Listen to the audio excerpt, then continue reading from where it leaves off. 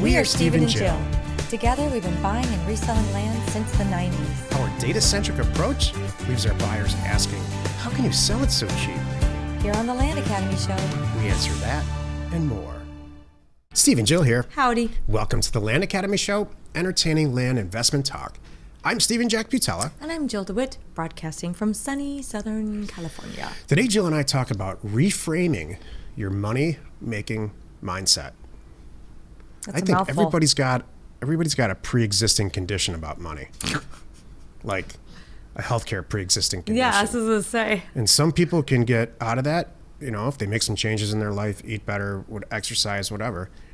You can change that mindset and go on and Like learn to save money. or yeah, I mean that's part of this. Not really, but okay. That's what I want to hear your perception though. Okay. Before we get into it, let's take a question posted by one of our members on the landinvestors.com online community. It's free. For the record, I didn't learn to save money until I was an adult. I know. Way into being an adult. If I would save up whatever money I had and then blow it all on a fun concert weekend and then start saving up again to do it over and over and over I again. would honestly argue, I think you're supposed to live your childhood. Yeah, it's like my account would go from $600 to $20 and like whatever. and where I sat at the concert was just a direct relationship to how much money was in my account. I can afford these tickets. I can't afford those tickets. I think you're supposed to do stupid stuff when you're a teenager like that. That's what you're supposed to do. True. And by the way, as a girl, even though I can only afford those tickets, don't think I didn't end up down front. I don't even want to know how you got down there. Okay. Joys of being a girl. Okay. Thomas wrote, I'm buying a property right now, and my title company sent a 14-page for sale by owner document. Jeez. For me and the seller to complete. A fellow investor asked why I'm doing that, and he's never done one before through a title company. Is a title company pushing off their work on me to do? I'm already a month into this deal. Possibly. And I just want some progress. It's a large, well-known company, so I just assume this is normal and that they know what they're doing, but now I'm not sure. May I? Please. What they're asking you to do is sign a purchase agreement that's non-real estate agent driven. And so the purchase agreement that we use for all of our deals and everybody in Land Academy uses is a single page. I want to buy it. You want to sell it. Here's the price. Here's the time frame. There's a few conditions in here. If I change my mind or you change my mind before it closes, the deal's off. Mm-hmm.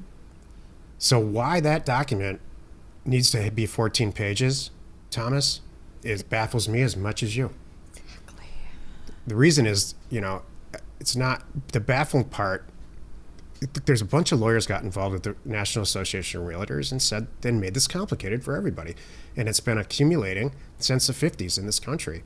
And the contracts, Jill and I are doing a large deal right now through a realtor, which is unusual for us. A few of them, actually. But one in particular, in a very urban area, there's document after document after document to sign. You know, and it gets worse and worse and worse as time goes on. Our way's better. Our Land Academy way is the best way to do this. Here's usually what happens, Thomas. Betty, 20 years ago, had learned to do this somewhere. It's usually how it goes, right? And then she'll never change the way she does it. Never mind the person sitting at the desk over for her at the same office doesn't require that document. Betty might. There's little things like that just happen because that's the way they learned them. So here's what I do. So what do? You could either say, I'm not doing that, and they might say, okay, will you please send me a letter saying I'm not doing that? And that's fine. They just need it for their file. That's one way. I'm not kidding. The second way... I'm such a rebel. Jill answers this question. She has go ahead. I'm a rebel, man. You're making me do this document. Well, guess what I'm going to do then? This is exactly what I've done too, Thomas, at this situation. I'm going to print that baby out, and I'm going to cross out all the stuff I don't like, and I'm going to initial it, and I'm going to date it. And you know what? It might be 80% crossed out, and all that's left are the little terms that we agreed on. And then I hand it back to them, and all they do is go, okay. And they mark it noted and in their file. That's all they really need. It's silly, but have at it. And then it actually kind of it's kind of fun for me. Jill and I Jill has like 500 girlfriends, and a couple weeks ago, one of them, she just wears too much makeup. And I said to Jill, why do you think that? It's because she's a totally cool person. It's fun to be around, and that's how she answered it exactly how she just answered that question. Yeah, she's doing it that way forever. Mm-hmm. No one told her. And that's okay. Her name's not Betty. No, it's not Betty. Thomas, rebel against this. Yeah. Just actually, you know what will solve it? Jill's way is great. It takes a long time, or you can just say, no, we already have a purchase agreement, and here it is, and it's a single page. Yeah, thing. both ways will work. You can say I respectfully, and they'll just say, I just need a letter from my file saying that I gave it to you, and you declined, and the seller declined, and you guys are happy with your own thing. Can you just do that for me? Absolutely, no problem. Here's a 35,000 foot takeaway from this whole thing. If you're not a licensed real estate agent, you're just an investor like us and the vast majority of the people that are in the Land Academy group, none of those rules apply to you. Right. The association, the Arizona every state's got a Department of Real Estate.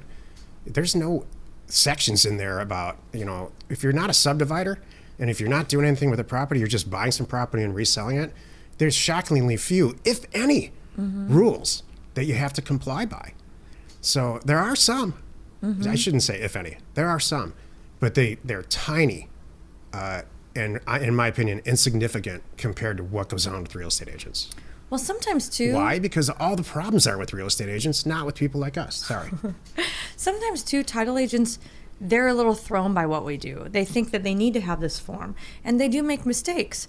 I would not be surprised if you someday go through escrow and you get a lead-based paint disclosure you need to sign. Like, there's no for land. There's no thing. You want me to sign a lead-based paint? I've been notified about. There is no paint. They just don't know. They're just going through their checklist. Yeah. It's their way they do things. I always use the same 20 forms. Yep. Oh, I don't need to do that, because we throw them too. Because not only are we not agents, and there's no agent involved, there's no lender involved. There's cash.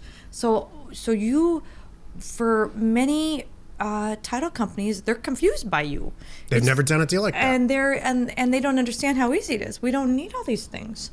Like, right. There's no appraisal. There's no inspection. It's kind of like, I just need to pass money through you, and you check the title, chain of title. That's kind of it. Just close the deal, please. Yeah, that's it. And make sure the numbers work. Mm-hmm. Thank you. Today's topic, reframing your money-making mindset. This is the meat of the show. I don't know why, but I feel bad because, I really have a few title agents, one that works for us full-time, that I love and respect, and they know their stuff. But it's so darn fun making fun of them. Not them, the other ones. It's interesting. It's kind of like county people sometimes. They're just like, they're set in their ways. Oh, I guess I wasn't done with that question. Sorry. Go ahead, sir. This is a big issue. That is a big issue with Jill. Because it's real frustrating. And I'll tell you, early in my career, I never had any issues with title agents. Never. For the first 10 or 15 years. They're Johnny on the spot with everything. They were fast. I don't know what the reasoning is now, but I think it's probably just a lot more volume. I don't know. Part of the reason I think we're successful as investors and everyone that we teach the way we do things is you just need to take a step back and really realize what's involved here and what you're doing, and then look at it smartly. And it doesn't have to be hard. Thank you. Now I'm done. So reframing your money-making mindset. Again, this is a study that I read. It wasn't so much a study as it was somebody's topic. And they had a lot to say about it. Excuse me, and so do I. Nothing starts without you believing in yourself, or believing in your partner, or believing in the fact that you can buy and sell land, or buy and sell houses, or buy and sell stock, whatever you believe in. You will never get the plane off the ground if you don't start with that. So, joining Land Academy or buying and selling stock with this thing lingering in the back of your head that you don't believe in yourself, or your parents told you whatever happened, or you didn't go to college and you wanted to, or we come up with all this stuff. And for boys in particular, it's imperative, in my opinion, to fail a few times really bad, like hit rock bottom bad, and then recoup from that. For some reason, because boys will just run their heads, and me included, run their heads into a wall until, with no progress at all, and then say, you know what, I suck.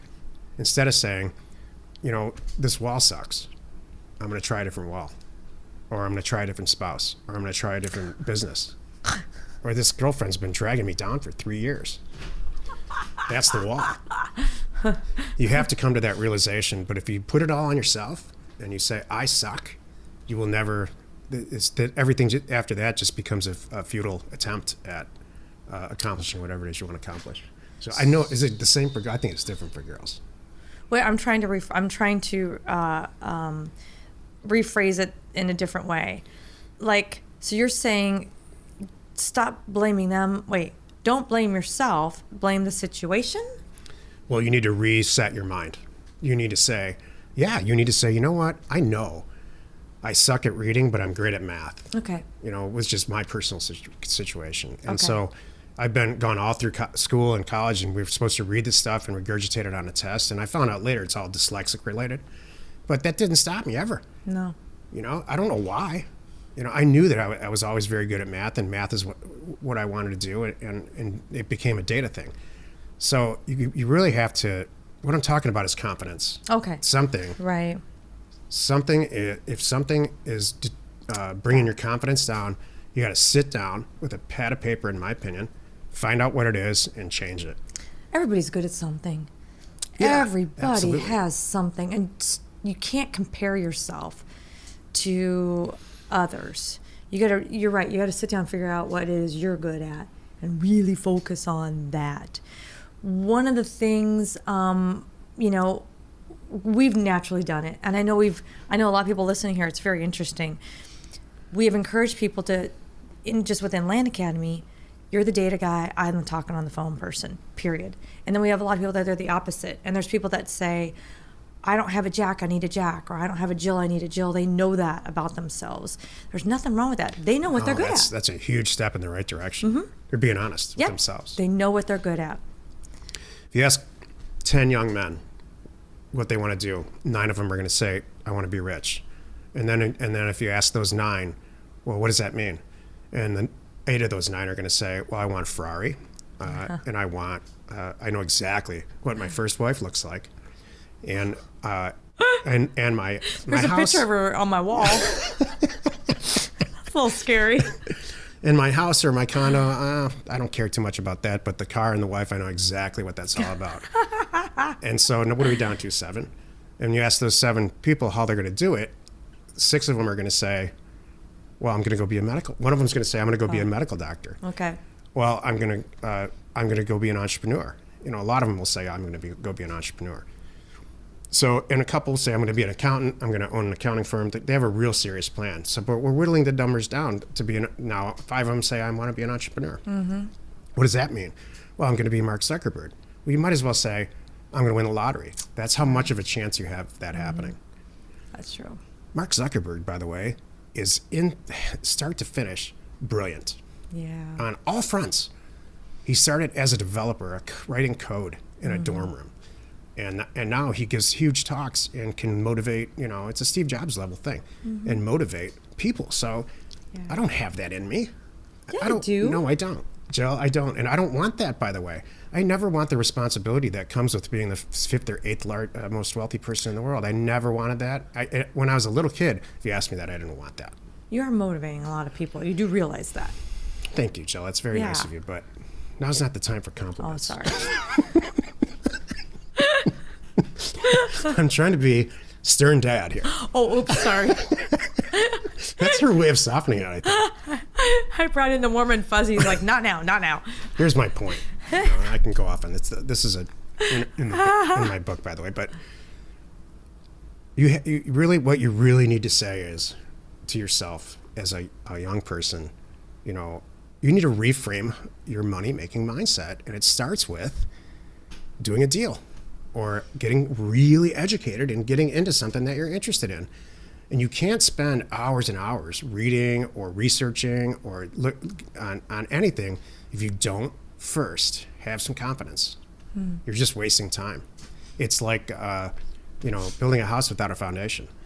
So the confidence, I heard you you got to do the stuff, but then you have to take action, obviously.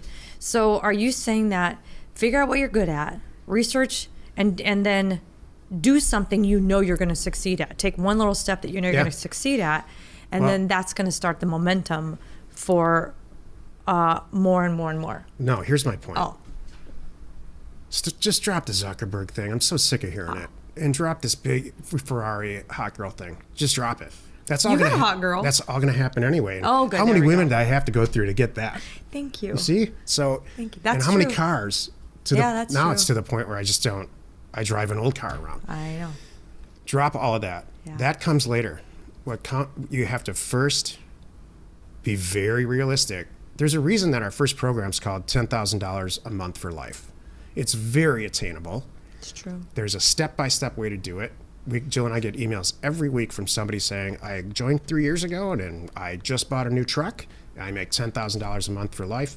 And I know exactly what to do to maintain that. And that's the best compliment we could ever get. Sure, we get emails too from people. We just recorded it was a consulting call with some people that are making $100,000 a month, and they're trying to increase that. Yeah. Is that going to happen to everybody? No, stop right there. Don't even think about that. Right. It'll happen if you're making $10,000 a month, right, and then 15, and then 20, and you're actually enjoying what you're doing. So you constantly hear this. All the motivators and all this, think really big. Think as big as you can think. No, stop that. Don't think big. Think about getting your first customer. Think about what you want to do with the rest of your life. Make sure your confidence is where it is. If you got knocked down by some football coach or some stepdad, that stuff is all solvable. We all went through that, all of us. The worst thing you want to do is to let that soak in. Right. That's true. Am I preachy? Little bit. That was good though. We need it sometimes. Thanks, Dad. Oh my God. No, in a good way. I mean that. That was really good. I mean, what do you have this? You talk to women twice a week in your ask in me a these question. groups. Ask me a question. Like, what are you trying to pull out of me? Because I agree with everything you're saying. It's just different for women. I know. I want to hear a house because I don't think money is the center of it for women. What's the center of it? For most women, I should say. We're not raised to be the breadwinners. We're not raised to, like, even at my age, my upbringing was not, nothing about building me up as doing anything great like that. Just making sure I'm a good person and I can be a good mom kind of thing. So. Well, you were doing that in your 20s. Well, thank you. Wait. Under that, you've accomplished it then. Yeah, exactly. Yeah. So I guess you're done. Yeah, apparently. That's what's so funny. That's probably why my parents are like, what the hell are you doing? You don't have to work this hard. Just attach yourself to a guy like this and have some fun. Oh my God. I don't know, just kidding. It's awful. I know. It's right out of 1951. I know. Well, you know what, though? That used to be the way. So, and that's not obviously how we are and how I want to be anyway. Jill works hard. For the record, yeah. Jill works harder than I do. Thank you. And you seem to like it, though. I do. Well, part of it is, I'll tell you, Jack, I need to prove it to myself.